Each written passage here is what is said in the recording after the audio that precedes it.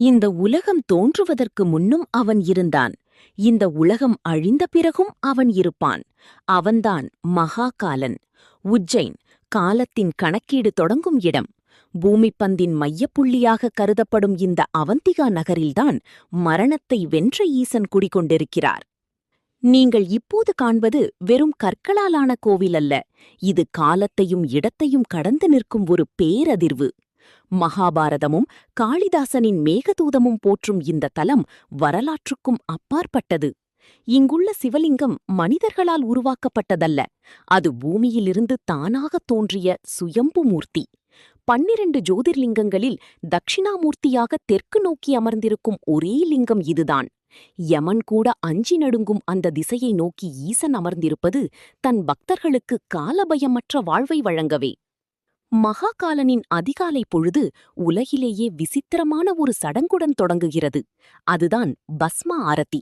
எரியும் சிதையின் சாம்பலை கொண்டு இறைவனுக்கு செய்யப்படும் இந்த திருமஞ்சனம் ஒரு தத்துவத்தை சொல்கிறது.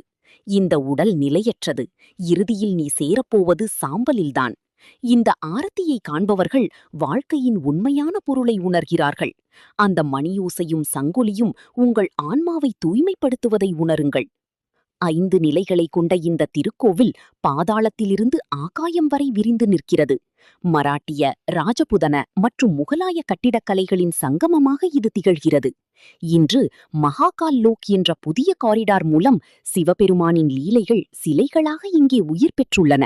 108 பிரம்மாண்டமான தூண்கள், சிவபுராண கதைகளை சொல்லும் சுவரோவியங்கள் என உஜ்ஜைன் நகரம் இன்று ஒரு தெய்வீக கனவு பிரதேசமாக மாறியுள்ளது.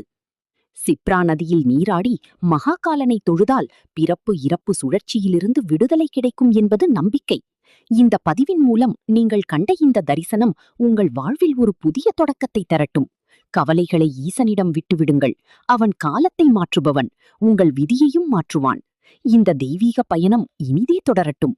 தென்னாடுடைய சிவனே போற்றி, எந்நாட்டவர்க்கும் இறைவா போற்றி.